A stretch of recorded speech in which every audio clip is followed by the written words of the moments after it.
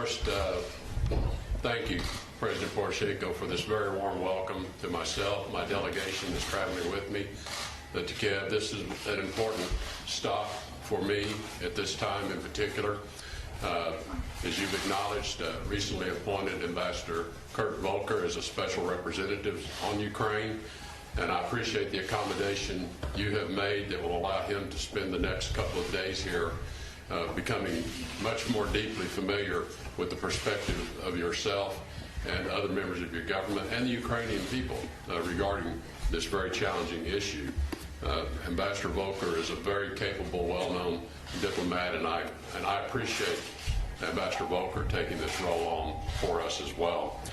I think it is important to be very clear on what our goals are, the United States goals are, with respect to the situation here. And first and foremost, it is to restore Ukraine's territorial sovereignty and integrity. The United States has already contributed more than $600 million since the beginning of this crisis.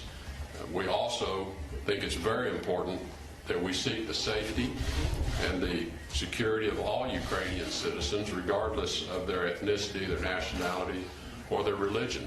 This is a fundamental element to Ukraine's sovereignty as well, and the protection of all Ukrainian citizens. I think as long as the parties commit themselves to these goals, I'm confident that we can make progress. I've been very clear in my discussions with Russian leadership on more than one occasion that it is necessary for Russia to take the first steps to de-escalate the situation in the east part of Ukraine, in particular by respecting the ceasefire, by pulling back the heavy weapons and allowing the OSCE observers to carry out their responsibilities. This is necessary for us to make any movement in particular. We are disappointed by the lack of progress under the Minsk agreement, and that is why we are appointing a special representative to put additional emphasis. We will be coordinating carefully with the Normandy members as well, along with yourself and with the Russian Federation government, to see if we cannot make progress and make progress in a more prompt fashion as well.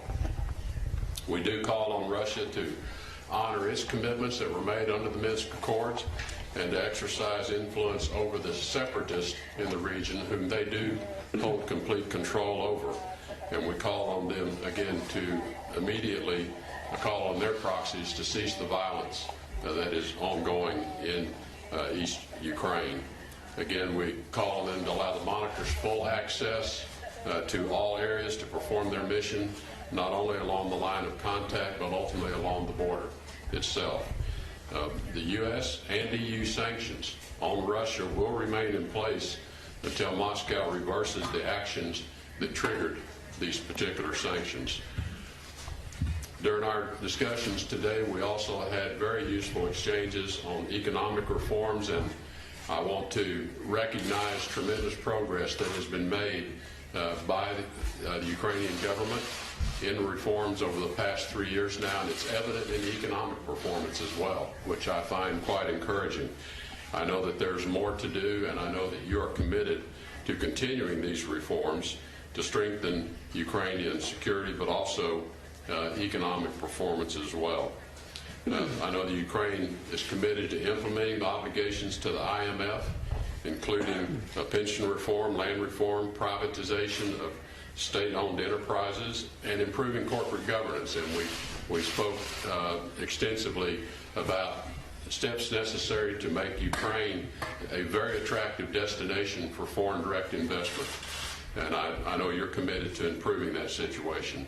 And we also discussed the importance of implementing the anti-corruption reforms, because that too is an important element of attracting foreign direct investment and more business activity, which will create more jobs for Ukrainian citizens and grow the economy. This includes the important work Ukraine's doing to reform the justice sector, Ukraine's commitment to selecting Supreme Court justices of the highest integrity and professionalism, and creating the anti-corruption court.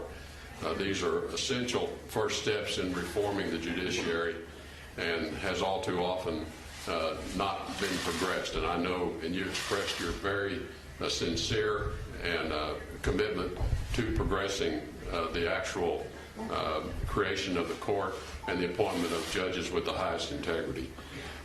We know there are challenges to moving these reforms forward, but they are critical to the success of Ukraine for the future and really creating the circumstances for Ukraine to maintain as a viable economy standing on its own, an important partner to its European neighbors, but an important country for the rest of the world as well. I'm quite encouraged by the situation that I see here in Ukraine, the progress that's been made, and I know that with these reforms, once they are in place, Ukraine will be a very attractive place for business investment elsewhere. I do want to note that this marks the 25th year of diplomatic relations between the United States of America and an independent and sovereign Ukraine.